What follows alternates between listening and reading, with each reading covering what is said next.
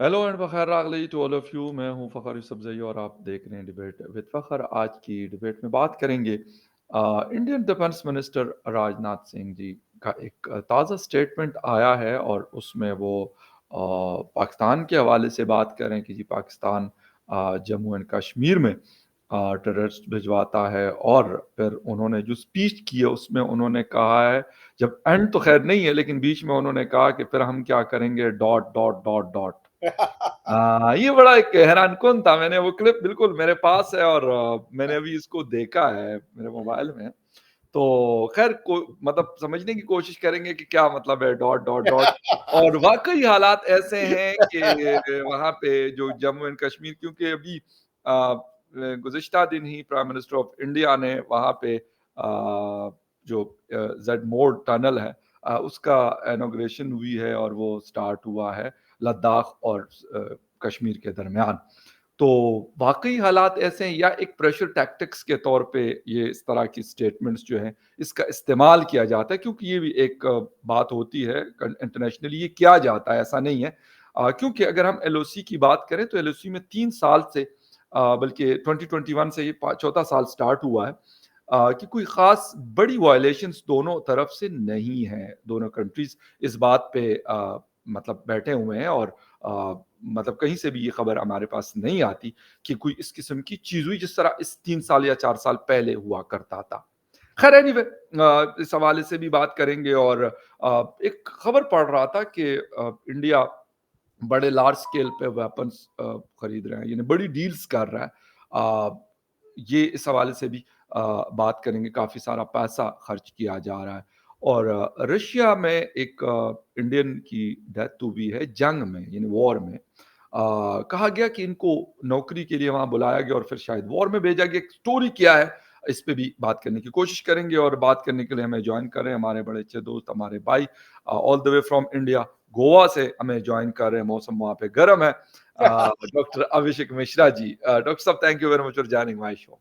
Thank you पखैर रागलाई और पखार मुपखैर आपको, आपके सभी दर्शकों को। आपके यहाँ ठंड है, यहाँ गर्मी है। गर्म और ठंड का भी आज टॉपिक होने एब्सोल्युटली राइट, वाला बिल्कुल। है। और पाकिस्तान में भी जैसे साउथ में अगर आप जाएं तो जैसे गवादर है, कराची है, मतलब इन एरियाज में मौसम थोड़ा सा मतलब गर्मी तो नहीं कहेंगे लेकिन ऐसी सर्दी नहीं है जो दूसरी तरफ नॉर्थ में है। डॉक्टर साहब, राजनाथ सिंह साहब, अमित शाह जी, डॉक्टर जयशंकर एंड मोदी जी, यानी 4 लोगों का बड़ा जिक्र, और योगीनाथ जी, यानी 5 लोग अगर हम कहें तो इनका बड़ा जिक्र होता है। लेकिन एज अ डिफेंस मिनिस्टर जो उनका स्टेटमेंट आया है और वो कह रहे हैं कि जी पाकिस्तान की कोशिश होती है कि डिस्टेबलाइज करें जे.एंड.के को, जम्मू एंड कश्मीर को। तो एक तो ये बताइएगा कि क्या कोई मतलब ऐसी चीजें हुई हैं नहीं जिसकी वजह से वो बात करें, या ओवरऑल जैसे जो शुरू से बात की जाती कि 1990 था, 95, 2000, 2010, 20 और 2025, या इस उसमें उन्होंने बात की है। और फिर ये जो डॉट डॉट बोला था उस पर बाद में आता हूं, लेकिन इसका क्या मतलब है, वो पाकिस्तान को क्या बताना चाहते हो बाद में आपसे पूछता हूं। लेकिन थोड़ा सा इस हवाले से बताइएगा वहां के हालात की। देखिए फ़खर भाई, मैं आपको अपने परिवार का हिस्सा मानता हूँ और आप भी मुझे अपने परिवार का हिस्सा मानते हैं, जी, और बहुत आत्मीयता लगती है आपके साथ बात करने से ना। बिल्कुल। तो पॉइंट ये है कि ये फीलिंग पूरे पाकिस्तान में क्यों नहीं है? आखिर पाकिस्तान ने ऐसा क्या किया कि एक ऐसी मानसिकता का जन्म दिया है उन्होंने, जो दुनिया में कहीं फिट नहीं हो रही है। सिर्फ ओके। भारत की समस्या नहीं है ये, अब दुनिया भर में ये समस्याएं हो गई हैं। पार्लियामेंट्स में डिमांड किए जा रहे हैं दुनिया के अलग-अलग पार्लियामेंट्स में कि पाकिस्तानियों से रिलेटेड क्राइम है उसको वो पाकिस्तानी यूज़ कर रहे हैं वर्ड।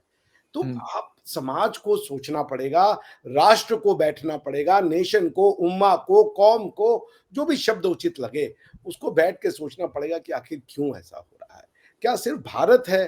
क्या भारत की नफ़रत है जो हमें कह रहा है कि हम डिस्टेबलाइज़ करना चाह रहे हैं? क्या बीजेपी नफ़रती है? क्या प्रधानमंत्री मोदी के अंदर इतनी नफ़रत है? तो वो नफ़रत यूके में क्यों पाई जा रही है? वो नफ़रत यूएस में क्यों पाई जा रही है? ये क्यों एक कॉमन फिनोमिना बनता चला जा रहा है? भारत का एक आम नागरिक पाकिस्तान को बहुत बहुत जिसे कह लीजिए वेल विशर है उसका, कि आप सारे जो मानसिक जो हुँ, मानवीय तरक्की के, इंसानी तरक्कियात के जो मापदंड हैं, जो मेजरमेंट है, जो यार्डस्टिक्स हैं, उसमें आप डेवलप करें। मैं नहीं समझ पा रहा फ़खर भाई, कि हमारी आपकी इतिहास एक है, हमारा आपका कल्चर एक है, पर आप क्यों नहीं पहुँच पा रहे चाँद पे? ओके। मैं नहीं समझ पा रहा फ़खर भाई, कि जो आपका डीएनए है वही डीएनए मेरा है। जो मेरी समझ, हो सकता है मैं गलत हूँ तो मुझे ठीक कर दीजिएगा। तो आप क्यों वो साइंटिफिक टेम्परामेंट नहीं डेवलपमेंट कर पा रहे? आप दुनिया की साइंस की फील्ड में क्यों नहीं डेवलप कर हुँ, फ़खर भाई, मैं ये नहीं समझ पा रहा कि आप जो है दुनिया की जो एक दुनिया एक ह्यूमैनिटी की ओर जा रही है, उसमें आप क्यों नहीं फिट हो पा रहे? आप हुँ, क्यों दुनिया के उन पार्ट में फिट हो रहे हैं जहाँ पे डिस्ट्रक्शन है, जहाँ पे डिस्टेबिलिटी है, या दुनिया अस वर्सेस देम की बनाने जा रहे हैं? ऐसे लोग हैं दुनिया में, आप ही नहीं और भी हुँ, हैं। लेकिन एक ऐसा बड़ा चढ़ा ग्रुप है, जैसे हमारा आपका जो जो संबंध है, पारिवारिक संबंध है, इसमें एक मिठास है और दिखावा नहीं है। तो पॉइंट ये है कि पाकिस्तान ऐसा क्यों नहीं बन पा रहा जो फ़खर यूसुफ़ज़ई है? पाकिस्तान में फ़खर यूसुफ़ज़ई की संख्या क्यों नहीं ज़्यादा होती जा रही, जो रेशनल, जो पाकिस्तान से मोहब्बत करते हैं, प्यार करते हैं? हुँ, आपने मुझे अभी बताया कि पाकिस्तान के नॉर्थ में या साउथ में कुछ ऐसे रीजन्स हैं जहाँ पे ठंड नहीं है उतनी ज़्यादा जितनी नॉर्थ में। इसका मतलब आप ये मुझे इम्प्रेस करना चाह रहे थे कि पाकिस्तान में विभिन्नताएँ हैं, पाकिस्तान में एग्ज़ैक्टली, अलग-अलग तरह की चीज़ें हैं, और पाकिस्तान भी एग्ज़ैक्टली, उतना ही प्लूरल है, उतना ही हुँ, नेचर के द्वारा एंडाउड है, जितना भारत है। आप या इस बात पे एक आप ये बात बताना चाहिए कि भाई ये क्वालिटी हमारे यहाँ भी है, कि ऐसे हुँ, रीजन है पाकिस्तान में, जो एग्ज़ गर्म भी हैं और ऐसे रीजन भी हैं जो ठंडे भी हैं। बिल्कुल, उसके बाद अगर कोई फ़खर यूसुफ़ज़ई के बारे में ये कहे कि वो मुहब्बे वतन नहीं है, तो उस मानसिकता को आपको लड़ना पड़ेगा, हमें नहीं लड़ना उससे।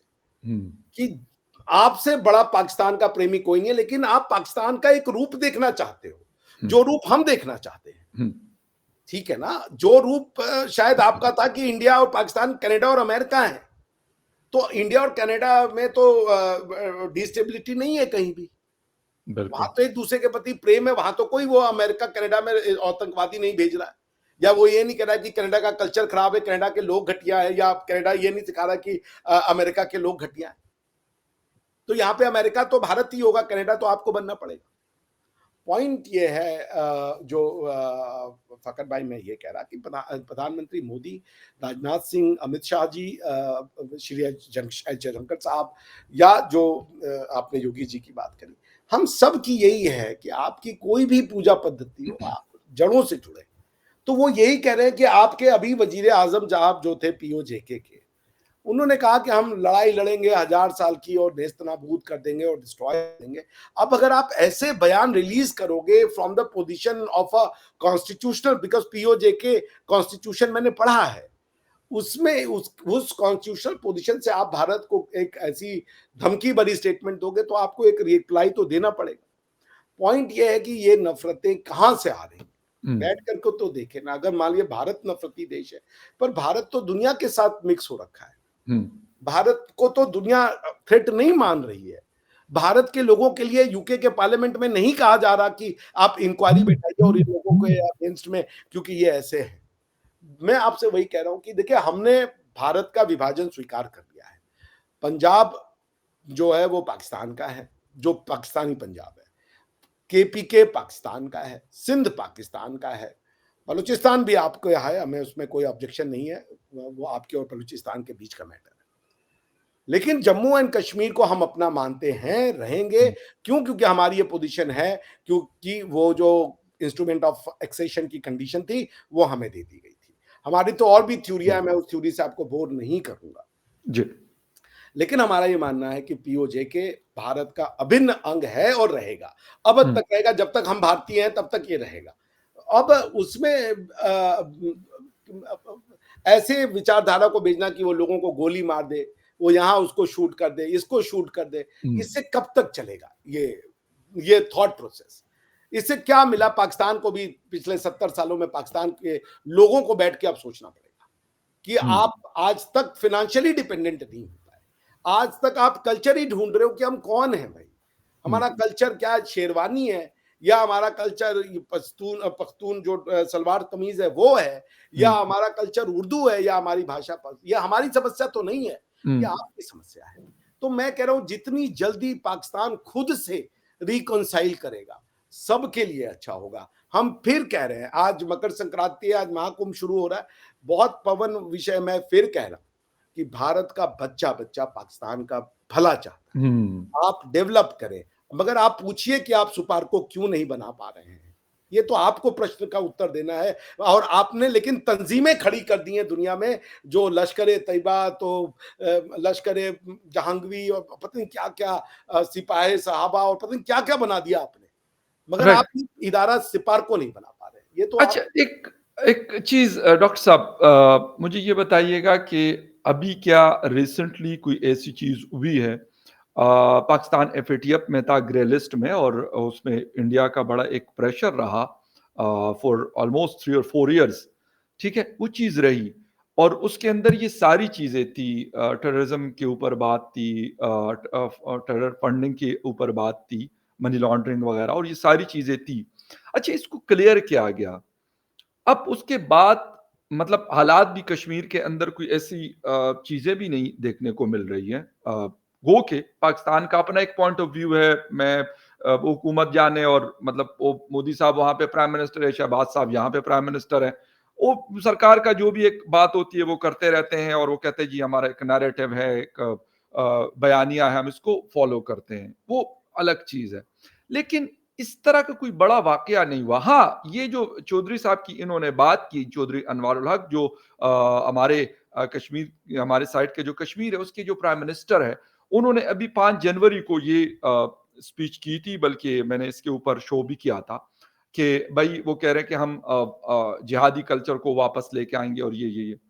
तो मतलब इस तरह की क्या चीज़ें इसके अलावा, यानी एक तो वो स्पीच थी उसके ऊपर उन्होंने रिस्पॉन्ड किया, लेकिन कोई वहाँ पे जो वो कह रहे हैं कि टेररिज्म हो रही है, तो इस तरह के कोई वाक़यात हैं वहाँ पे हुए हैं कोई इस किस्म के, मतलब रीसेंट पास्ट की अगर हम बात करें? देखिए, मैं तो ऐसा कोई टैप नहीं रखता, लेकिन छिटपुट घटनाएँ तो होती रहती हैं। बिल्कुल लेकिन सही। आप इसको समझिए कि ये कॉल देना कि हम जिहाद करेंगे, जी। आप क्या संदेश दे रहे हो आप? हुँ, मतलब व्हाट इज़ जिहाद? आप खुद बोल रहे हो, ये बड़ा आपके लिए प्योर वर्ड है, बहुत इसके डीप मीनिंग है। आप किस चीज़ को इंसाइट कर रहे हो? किस लिए जिहाद करोगे? क्या भारत की हिस्ट्री नहीं है?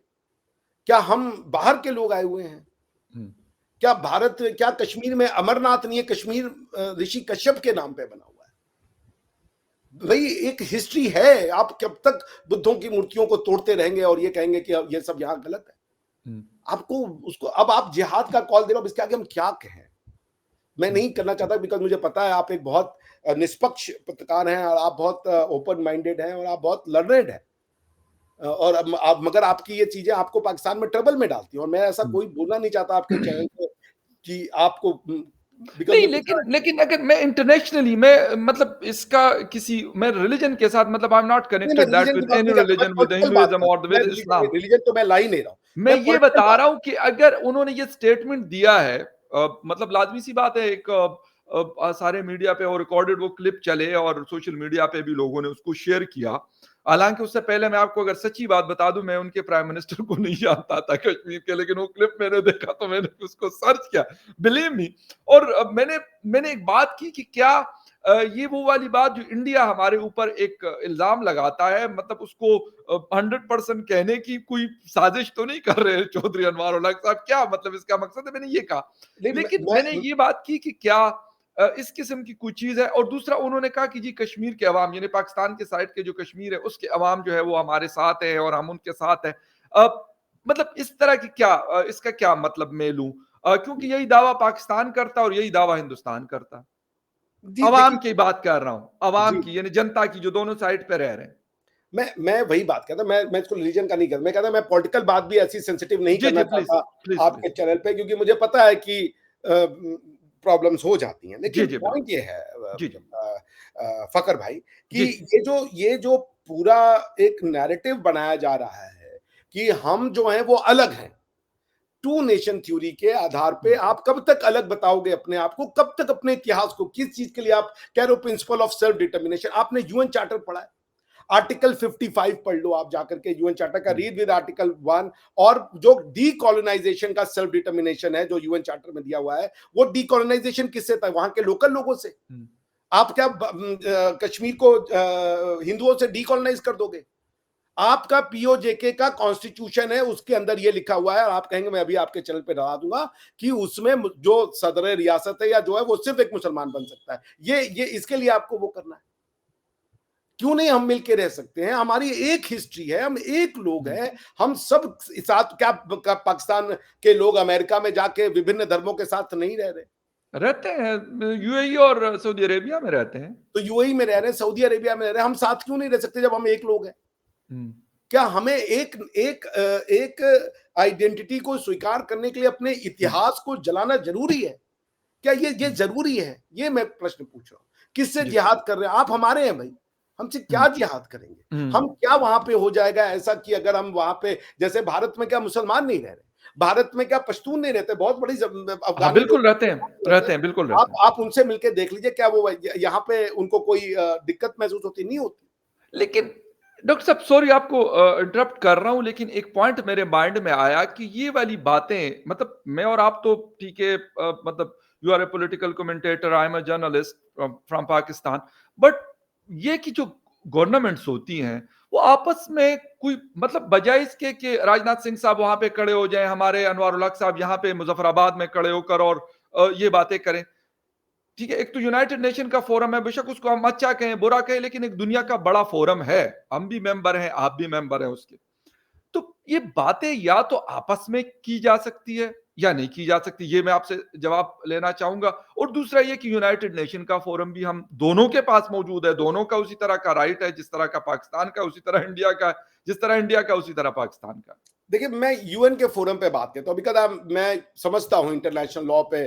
जी बिल्कुल, आपका तो आपकी एक्सपर्टीज है, बिल्कुल जी, मेरी बिल्कुल। किताब भी आ रही है, प्लस मुझे स्कॉलरशिप भी दुनिया के बेस्ट यूनिवर्सिटी से मिला है इसको पढ़ने के लिए। यूएन चार्टर में जो कश्मीर का मुद्दा था, या तो वो चैप्टर 7 में आ सकता था। Over the chapter 7 UN charter का है, जहां पे बाइंडिंग ऑब्लिगेशन है। यूएन का मतलब होता है उसके 6 ऑर्गन, प्राइमरी 6 ऑर्गन जो है उनके, उनको यूनाइटेड नेशन कहते हैं, general assembly, security council, ICJ, और बाकी के 3 जो है इकोसॉक, सेक्रेटरीट और एक कुछ और होगा। पॉइंट ये है कि उसमें आप सिक्योरिटी काउंसिल से ये जो पूरा मुद्दा है, ये चैप्टर 7 के दायरे से बाहर निकाला जा चुका है। 1971 में आपने ये ट्रीटी साइन कर दी थी कि इट्स अ बायलैटरल इशू।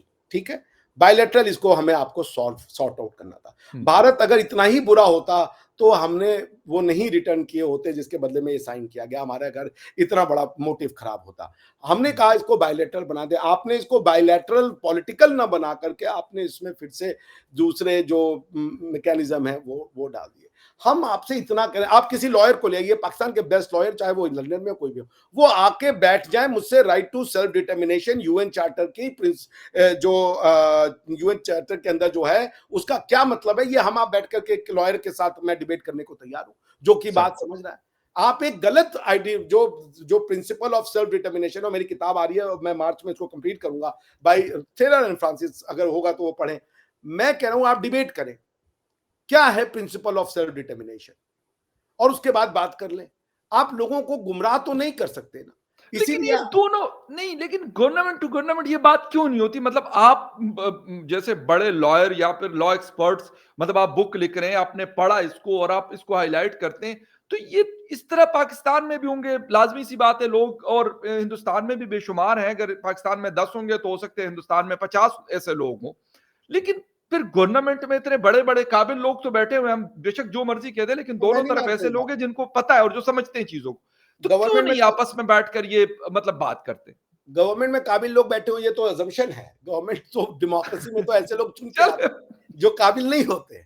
लेकिन ब्यूरोक्रेसी काबिल होती है, ठीक है, के ठीक लिए आपकी यूनिवर्सिटियां काबिल होनी चाहिए। है, ओके यूनिवर्सिटियां fine, open place for open thinking होनी चाहिए। राइट, यदि आप यूनिवर्सिटियों का दायरा संकुचित कर हाँ, देंगे, एक मानसिकता से बच्चों को प्रदिशित, आप बच्चों की मानसिकता को डेवलप नहीं होने देंगे, तो फिर वो बच्चे ही ब्यूरोक्रेट बनेंगे ना। तो आप उनसे क्या एक्सपेक्टेशन रखेंगे? पॉइंट ये है कि मैं फिर कह रहा हूं कि कश्मीर का मुद्दा है क्या? एक टू नेशन थ्योरी के आधार पे भारत का विभाजन हुआ, ये शुरुआती पॉइंट है, ठीक है? टू नेशन थ्योरी के आधार पर भारत का डिवीजन क्या? टू नेशन थ्योरी एक सही थ्योरी है हुँ। कि पाकिस्तान का मुसलमान या हिंदुस्तान का मुसलमान वो भारत के साथ, हिंदुओं के साथ नहीं रह सकता, तो आज पाकिस्तान से ज्यादा मुसलमान हमारे यहाँ, वो कैसे रह रहा है हमारे साथ? ठीक है। ठीक है ना? तो जिस थ्योरी के ऊपर आप चल चुके हैं, उस थ्योरी के आज सारे पाकिस्तानी मुसलमान हैं, वहां पे 98% पॉपुलेशन मुसलमान है। उसके बाद क्यों पीटीएम बन रहा है? उसके बाद क्यों बाकी तरह की बलोच लिबरेशन आर्मी मार रही है आपको? कब तक कहेंगे ये रॉ की साजिश है, अफगानों की साजिश है, ये उसकी हुँ। साजिश है? यानी कि आपने ऐसे कमजोर नेशनलिटी के लोग पैदा किए हैं जिनका पाकिस्तान में भरोसा नहीं, वो रॉ के हाथ बिक जा रहे हैं।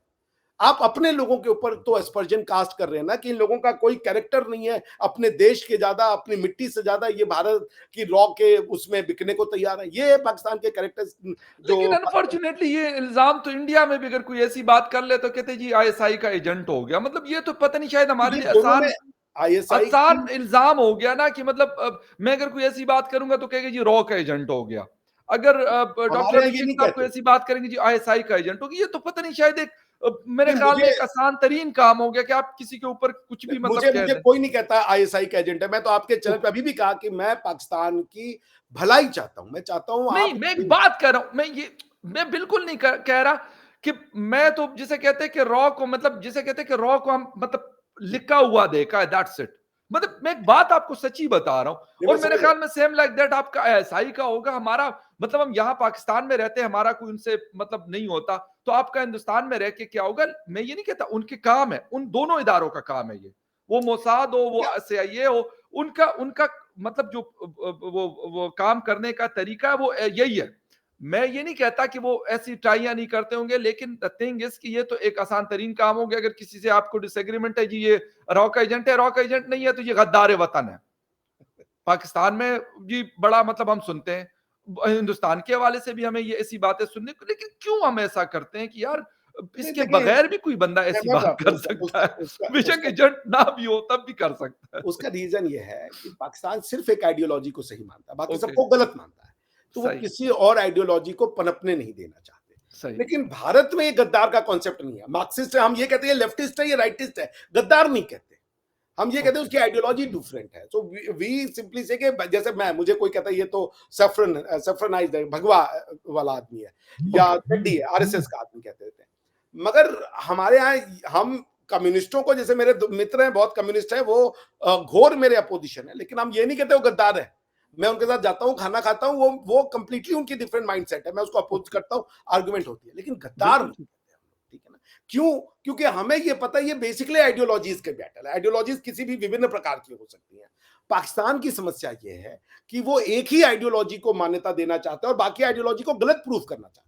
हुँ, इसलिए वो जब विभिन्न, अब आप ये नहीं हो सकता किसी भी देश में, किसी भी मानवीय समाज में, इंसानी समाज में 100% लोग एक आइडियोलॉजी के नहीं हो सकते। एक घर में बाप की सोच कुछ हो सकती है, बेटे की सोच कुछ हो सकती है। आप ये नहीं कह सकते कि जो बाप सोचेगा वही बेटा सोचेगा, ऐसे नहीं होता। तो पॉइंट ये कि जब तक पाकिस्तान एक प्लूरलिज्म एटलीस्ट थॉट प्रोसेस को एक्सेप्ट नहीं करता, वो ये नहीं मानता कि दुनिया में और भी आइडियोलॉजीज हैं और वो सफल आइडियोलॉजीज हैं, गलत या सही, ये आप मनुष्यों के ऊपर छोड़ दीजिए। इसका और कोई तरीका नहीं है किसी भी आइडियोलॉजी को सही या करने का। मैं देखिए फकर भाई, ये बात तो साफ कह दूं, मैं इसको फॉल्स पैरेलल मानता हूं कि रॉ और आईएसआई एक तरीके की एजेंसी है। नहीं, मैं इसको मान सकता। उसका रीजन ये है कि रॉ आप पाकिस्तान को डिस्टेबलाइज नहीं करना चाहती। रॉ पाकिस्तान को एक स्टेबल मुल्क के रूप में देखना चाहती है। प्रधानमंत्री अटल बिहारी वाजपेयी लिख करके आए थे निशाने पाकिस्तान पे, जो आपके इस्लामाबाद में है टावर की, लाहौर में। लाहौर में, क्षमा कीजिएगा, जो कि पाकिस्तान एक समृद्ध पाकिस्तान, एक स्ट्रांग पाकिस्तान भारत की भलाई में है। हम इस बात को मानते हैं, हम नहीं डिस्टेबलाइज करना चाहते। लेकिन दिक्कत यह है कि जैसे टू नेशन थ्योरी की एक थ्योरी दे दी गई कि हिंदू और मुसलमान साथ रह सकते हैं, वैसे ही ये थ्योरी भी दे दी गई है कि भैया रॉ जो है हमें डिस्टेबलाइज करना चाहता, नहीं करना चाहता। ना आपको अफगानिस्तान डिस्टेबलाइज करना चाहता, ना ईरान करना चाहता है, ना भारत करना चाहता है। हम एक्सेप्ट कर चुके हैं अपना डिवीजन, अपना जो है एक एक हमने अपने रास्ते बदल दिए। लेकिन ओके। उसके बाद आप जो है एक गलती करें और उसके बाद एक जनरल जबरदस्ती का पैरेलल क्रिएट कर दें, विक्टिम को ये दिखाएं कि नहीं यही परपट्रेटर भी है, फिर दुख हो जाता है। That's the point. तो मुझे ये राइट। लगता है कि ये इसका पॉइंट जी। डॉक्टर साहब थोड़ा-सा रशिया और यूक्रेन पे आएँगे। कुछ इंडियंस के हवाले से हमने पढ़ा था कि जी जॉब्स के लिए वो लोग रशिया गए थे, लेकिन उनको ग़ालिबन जंग में भेजा गया था, जो ये रशिया-यूक्रेन वॉर है। और अभी ये ऑफ़िशियली जो मतलब ministry of foreign affairs, external affairs है आप लोगों की, उनका ये मैं पढ़ रहा था। तो उनका रिएक्शन आया, क्या स्टोरी क्या है? मतलब उनके पास अपने बंदे कम पड़ गए या क्या ऐसी वजह हुई है कि मतलब यहाँ से लोग जाकर और उनको जंग में किसी और कंट्री के, यानी वो नेशनल भी नहीं है ना रशिया के, मेरा ख्याल तो ये नेशनल नहीं है जिस तरह आप या मैं कहीं मतलब काम से चले गए और कहा चलो जी तुसी भी आ जाओ। इससे स्टोरी नहीं, शिक्षा लेनी चाहिए हुँ, कि रशियंस दुनिया के बड़े वॉरियर रहे भैया, उन्होंने सेंट्रल एशिया जीता है। बिल्कुल। सेंट्रल एशिया ने दुनिया को जीता था, ठीक है या ना? सेंट्रल एशियन को हराने का काम किसी ने किया तो वो रशिया ने किया, ठीक है? हाँ, हुँ, रशिया यानी ईस्ट यूरोप। अब आप ये सोच लीजिए कि भाई उन्होंने 150 साल तक क्यों यूएसएसआर बना करके सेंट्रल एशियंस को दबा के रखा। वहां की भाषा ओब्लिटरेट कर दी, वहां पे लोग तुर्की से ज्यादा रशियन बोलते हैं, सारी की हाँ, सारी सीआईएस कंट्री की मेन भाषा रशियन है, ये उनका पावर था। आप सोच लीजिए कितनी बिल्कुल ठीक। खतरनाक कौम थी ये, ठीक है? आज क्या हालत है? यूक्रेन से हुँ, लड़ गए, लड़ने वाले लोग नहीं मिल रहे हैं। दुनिया आगे बढ़ गई है। मैं जब हुँ, सेंट्रल एशिया में था, मैं सेंट्रल एशियन के बच्चों से पूछता था मेरे यूनिवर्सिटी में कि तुम लोग लड़ना चाहोगे कजाकिस्तान के ये वॉर के लिए, उसके वॉर के लिए? वो बच्चे कहते हैं हम नहीं लड़ना चाहते।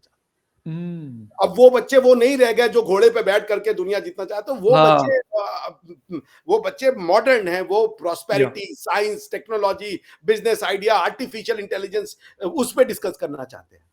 वो गया जमाना। उनका जो मिनिस्टर साहब आए हुए थे, मैं बैठा हुआ था, मैं ब्रिटिश यूनिवर्सिटी में था, चूंकि वो सरकारी यूनिवर्सिटी थी, तो वहां के एजुकेशन मिनिस्टर आए थे। अरे वो स्पीच दी उस बंदे ने 55 मिनट, मैं फैन हो गया भाई। मैंने कहा भाई व्हाट अ स्पीच। मैंने कहा ये भविष्य है कजाकिस्तान का। वो आदमी इतना जबरदस्त, उसने एआई, साइंस, टेक्नोलॉजी, स्पेस इसकी बातें करा, तो और आप विश्वास कीजिएगा, कम से कम 10 बार इंडिया का नाम लिया, हुँ, 10 बार इंडिया का नाम लिया उसने। और उसने एक ऑथर की बुक की बताई थी, उसमें बंदा इंडिया था और उसकी शादी किसी पाकिस्तानी लड़के से हुई थी, पाकिस्तानी लड़की से हुई।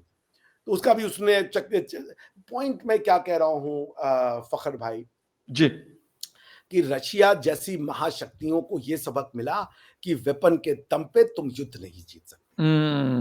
अभी हुँ, नॉर्थ कोरियन भी वहां पे फंसे हुए हैं, नॉर्थ कोरिया हाँ। से सैनिक ले जा रहे हो, इंडिया से सैनिक नहीं मिल रहे तुम्हें, रशियंस नहीं मिल रहे लड़ने के लिए, क्योंकि कॉज को हुँ। वो अपना नहीं लेकिन मानते। लेकिन डॉक्टर साहब ठीक है, मैं मानता हूँ हमारे यहाँ, आपके यहाँ अनएम्प्लॉयमेंट ये चीज़ें हो सकती है हों, लेकिन फिर भी मतलब अगर मैं रशिया और इंडिया को आपस में देख लूँ तो काफ़ी मतलब बड़े मज़बूत किस्म के टाइज़ हैं आपस में।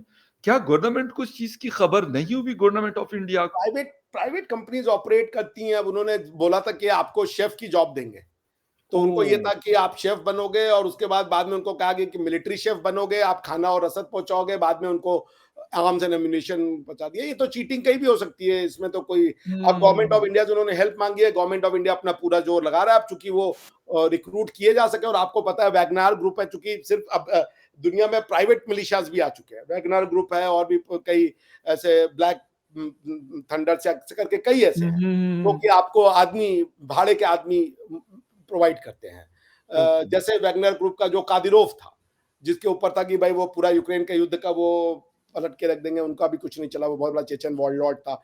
अल्टीमेटली वो पुतिन के अगेंस्ट में हो गया और अल्टीमेटली पुतिन को उसको ही दबाना पड़ गया। तो पॉइंट हुँ, ये कि देखिए ये गया जमाना कि बंदूकों के दल पे, तोपों के दम पे हम यूक्रेन को जीत लेंगे। यूक्रेन ने भी मूर्खता की कि उन्होंने अपनी तरक्की के ऊपर जो है वो बम चलवा दिया। अच्छा खासा वो चलते और कहते कि ना हम नेटो के साथ जाएंगे, ना हम रशिया के साथ जाएंगे, इंडिपेंडेंट रहेंगे। एक बेवकूफी भरे जिद ने उन्होंने अपना भी तबाह बर्बाद कर लिया और रशिया को भी ये सबक मिल गया कि war is not a solution. ये तो तय हो चुका है, आपको लड़ने के लिए लोग नहीं मिलेंगे। मैं बता रहा हूं ये दुनिया दूसरी है। ये दुनिया साइंस की है, टेक्नोलॉजी की है, डेवलपमेंट की है। Their people are not going to lose their life. वो लाइफ को जीना चाहते हैं। एक जमाना था कि लाइफ का कोई पर्पस नहीं होता था, क्योंकि सिर्फ खाओ पियो सो जाओ, यही लाइफ होती थी। हुँ। नाउ यू हैव हाँ, बिल्कुल। Thousands of things to do. आप इतना एब्सोल्युटली। कुछ कर सकते हो और ये आपके भी बच्चे होंगे जो आर्टिफिशियल इंटेलिजेंस पाकिस्तान में भी मुझे पूरा यकीन है कि इन सब का माहौल धीरे-धीरे बढ़ रहा होगा, बच्चे इन सब चीज़ों को जानना चाहते हैं। तो दिस इज़ अ बिल्कुल लेसन अनफॉर्चुनेटली इंडियंस इसमें फँसे हैं और ये एक दुःख की बात है और मुझे पूरा यकीन है कि मोदी सरकार बहुत सक्षम है और वो जो बच्चे हैं उनको वापस लेके आएँगे। बिल्कुल सही और मेरे ख़्याल में ये होना भी चाहिए। ख़ैर एनीवे वो वेपन वाला टॉपिक लेकिन किसी और शो में हम उसके ऊपर डिस्कशन करेंगे। डॉक्टर साहब थैंक यू वेरी मच आपके टाइम का बहुत शुक्रिया कि आपने शो जॉइन किया। Viewers thank you very much for watching debate with Fakhar Yusuf ji. किसी और डिबेट में आपसे फिर मिलेंगे। तब तक के लिए take care and bye. Thank you Fakhar भाई। बहुत-बहुत thank you so much doctor साहब थैंक यू सो मच। बहुत